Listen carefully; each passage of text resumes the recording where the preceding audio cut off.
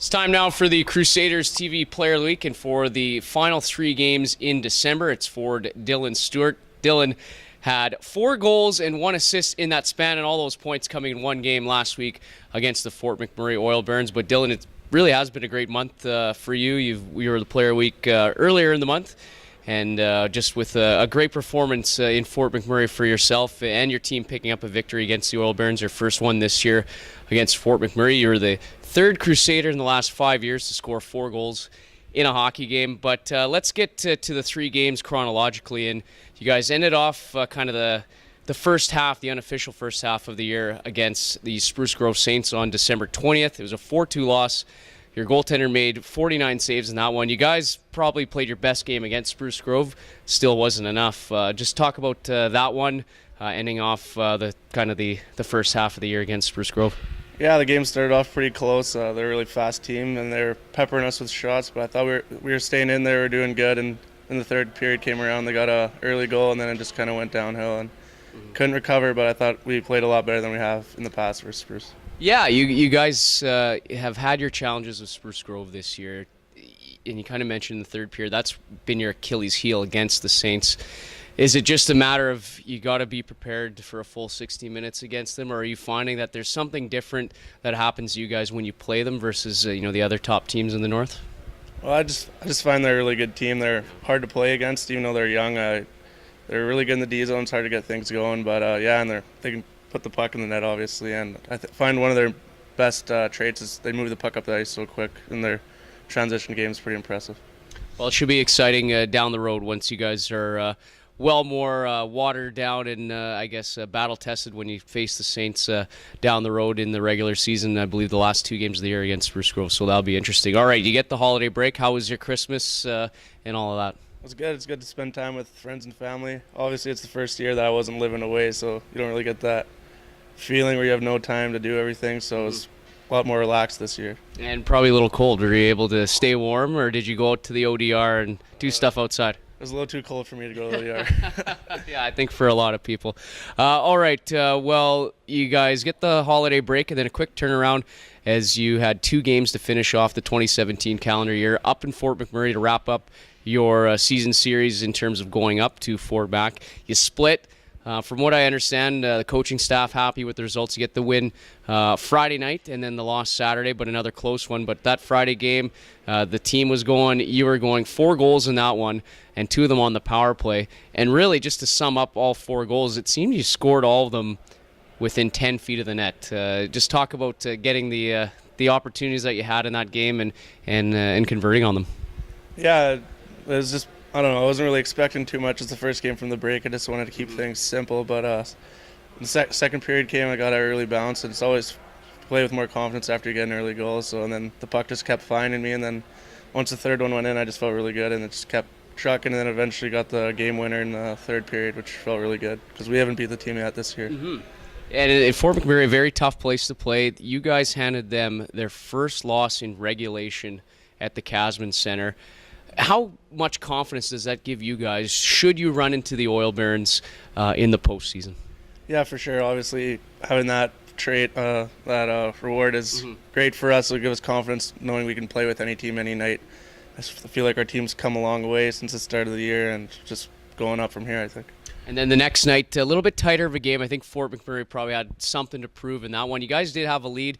Just unfortunately, was it a case of maybe 3 mental mistakes and the puck is in the back of your net in that one? All their goals came on special teams, whether it was power play or shorthanded. 5-on-5, you guys were the better team. Yeah, for sure.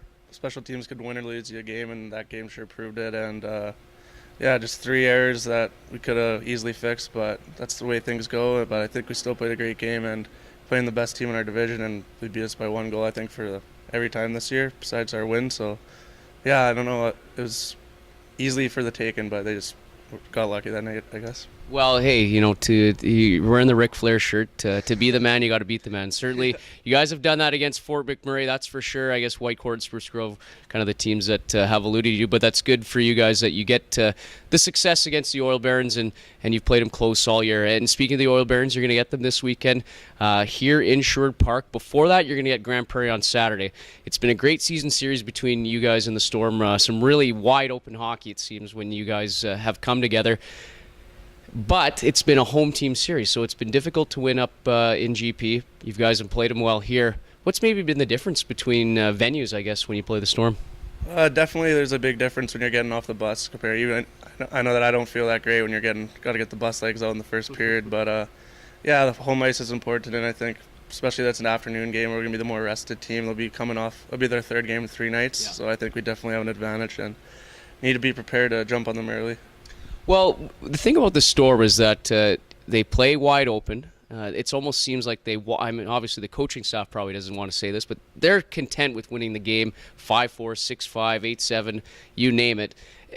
Do you guys find that you have to adapt to see how they're playing, or do you try to set up, okay, we got to play really tight defensively here and really limit the goals against, and hopefully we can convert our chances? Or, does Coach Manis say, you know what, this game might be wide open, guys, we just got to be aware when we're in the defensive zone?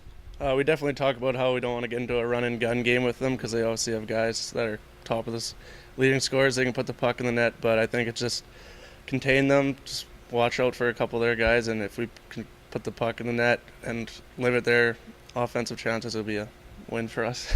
All right, well, on Sunday, again, we mentioned the Oil Barons come back to town. That game that you guys had here, the first game for Ryan Cox with the trade between the two teams, sending Mara Zitko to Fort McMurray, and Ryan coming here. Great game that was earlier on in the year, and it was another case of maybe you guys just let the foot off the gas for 5 minutes, and Fort McMurray was able to, you had a 3-0 lead. They were able to climb their way back.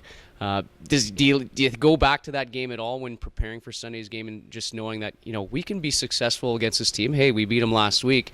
We've played them well at home. We just got to stay on the pedal for 60 minutes. Yeah, that was a tough game, but I think our group has grown up a lot since then, and it just became better all around, and I think we'll have a good chance. All right, lastly, I'll ask you, we always say, how do you keep the play up? Certainly you've been able to do it. You're in top 10 in scoring right now in the AJHL, as well as Ryan Cox right behind you, as you guys have been on a line together for the most part since he's joined the team. What's it like for you now that you've really established yourself as a top scorer in this league at the moment? How you talk about you had confidence issues early on in the year, and it's come to you now. But how much are you enjoying hockey and playing hockey and coming to the rink right now? Yeah, it's awesome coming to the rink. Just keep working hard, keep improving my game, and just having a lot of fun with the guys, just enjoying my last year. And you guys are healthy too. How big is that when you guys have a healthier group out there on the ice, and knowing it could almost be a competition between lines, especially when you're on the power play? It seems that you guys got a lot of threats out there. It's honestly kind of weird having a full group right now. Practice is kind of not much room out there because there's more guys now. So yeah, it's just nice actually to have the boys back.